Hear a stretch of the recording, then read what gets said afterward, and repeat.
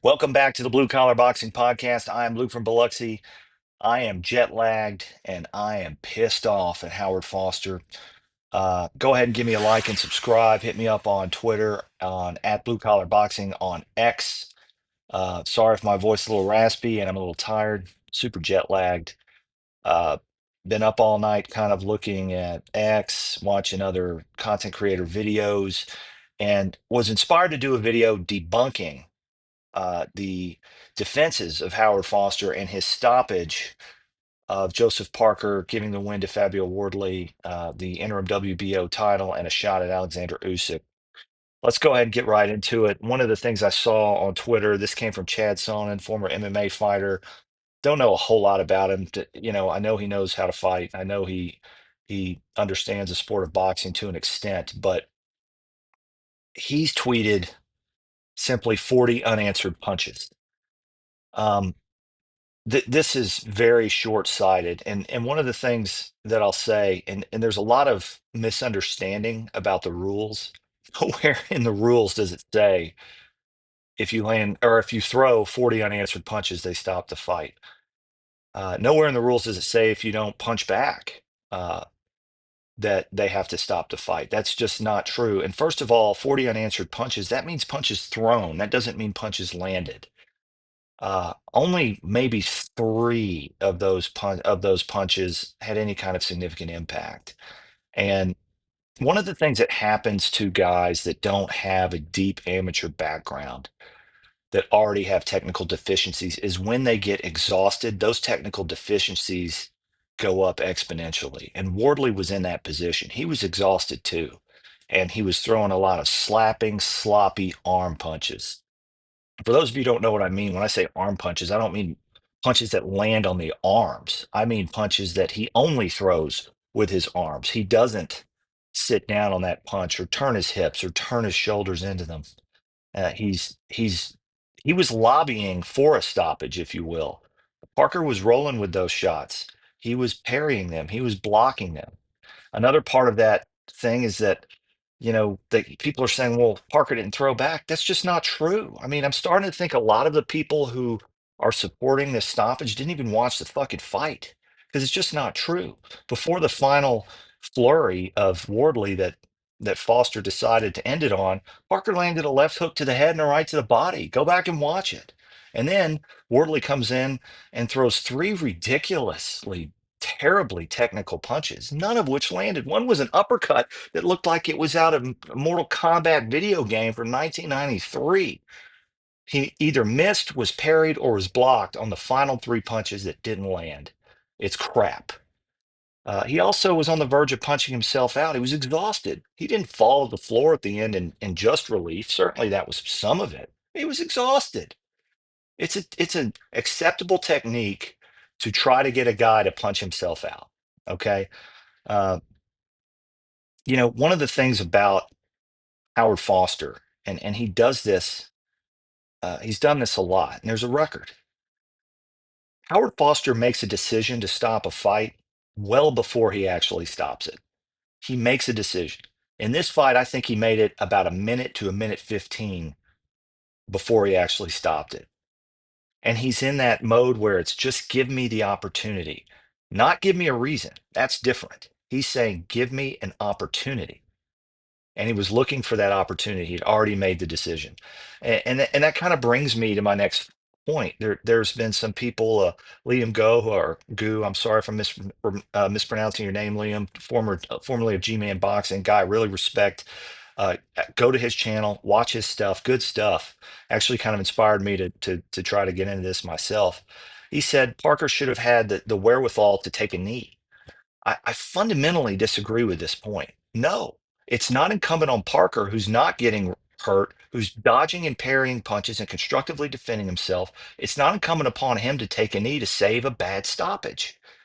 And back to my earlier point about Howard Foster, uh, looking for an opportunity, not a reason, that knee gives Foster the opportunity. There are other fights where guys have been knocked down, and there was a female recently that got knocked down. He gives her the full 8 count. She's up there ready, nodding her head, wasn't a vision. He'd already made the decision. but the knockdown was his opportunity. Gives her a full 8 count, looks, and then waves it off. Crap. So for Parker to put the onus on Parker to take a knee and lose another point on the scorecards, and then hope that Howard Foster lets him back in the fight. No, I just fundamentally disagree with that. It's not, listen, and I'll get to this in another point too. It's not incumbent upon fighters to train differently or to fight differently based on who officials are. They train differently and fight differently based on who their opponent is, not who the officials are. We are in a sport where literally when officials and referees are announced and judges, odds change. Happened in Canelo Crawford. That's got to stop. And it's just not incumbent on Parker to do that. And it sort of brings me to my next point. A lot of people have said, well, Parker never should have agreed to this fight because of Howard Foster, and he should have known. That's a bunch of bullshit. No, it's not incumbent upon fighters to do that. They should expect a fair contest. They should expect, as they say over there in the UK, fair play. And he didn't get it. He did not get it tonight. And if the reverse had happened, if the exact same scenario happened, say switch the fighters, the UK boxing establishment and media who don't agree with this would have been completely outraged and say that Fabio Wardley was robbed at his shot at the heavyweight championship of the world. Well, it happened to Joe Parker. Um, Next quick point, Parker's weight. This is I've heard this several times. If you want to make the argument that Parker made a tactical decision coming in that heavy, as it relates to his opponent, Fabio Wardley, that's fine. I respect that. You know, yeah, he was heavier than normal. He didn't look out of shape, but he was heavier, and I do think it played a role. But it has nothing to do with what Howard Foster did. He shouldn't go, well, shit, Howard Foster's the referee. I got to drop 10 pounds. No, no. You change how you fight and how you train based on who your opponent is, not the officials. So I've had it with that. Another point, final point here, Parker, or people are saying that the stoppage was righteous because Parker didn't protest. Bunch of bullshit. He did protest. He immediately pushed Howard Foster off him, had a tremendous look of pissed offness, for lack of a better term, on his face. He did protest. People are pointing to a quote uh, that Parker said after the fight that he was beaten fair and square. That's just because he's a gentleman. That's just because he's a good sportsman. He knows coming out of this fight looking like a sore loser does nothing for a potential rematch, which won't happen, and potential big fights down the road. And he's just a gentleman. I've met the man. He's one of the classiest guys in the whole sport.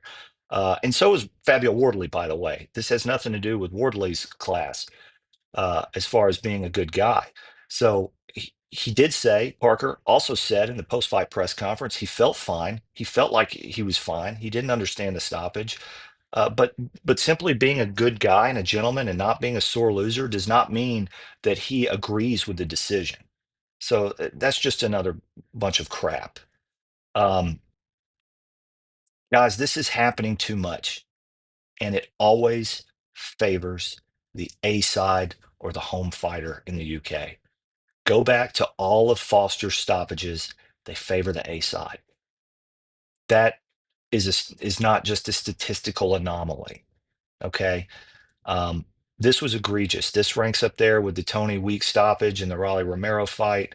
This ranks up there with the ridiculous call in the Tank Davis Lamont Roach fight, where Davis was allowed to get away with a knockdown and then should have been DQ'd in the corner.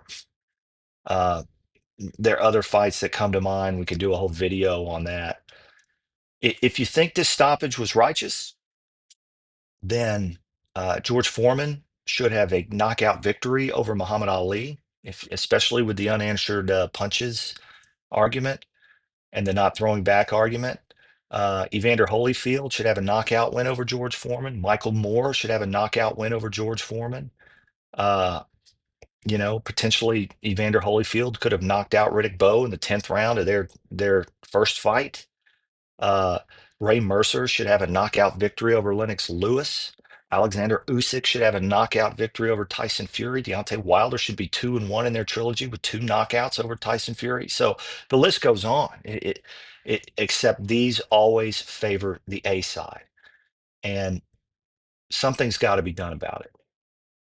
I tweeted to the British Board of Boxing Control, and I'm nobody. I understand that, but They need to suspend him immediately and indefinitely. And rather than order Alexander Usyk to fight Fabio Wardley, the WBO needs to order an immediate rematch here. But it won't matter because Parker lost his opportunity. And every time, if Fabio Wardley had been up on three of the four or three of the two of the three scorecards and was stopped in the 11th round after three missed punches, the people who are supporting this and supporting it, Fabio Wardley fans, would be up in arms, as they should be. All right, that's my rant. Thank you for listening to the Jet Lagged Blue Collar Boxing Podcast. Make sure to give me a follow on X at Blue Collar Boxing, and I will see you on the next one.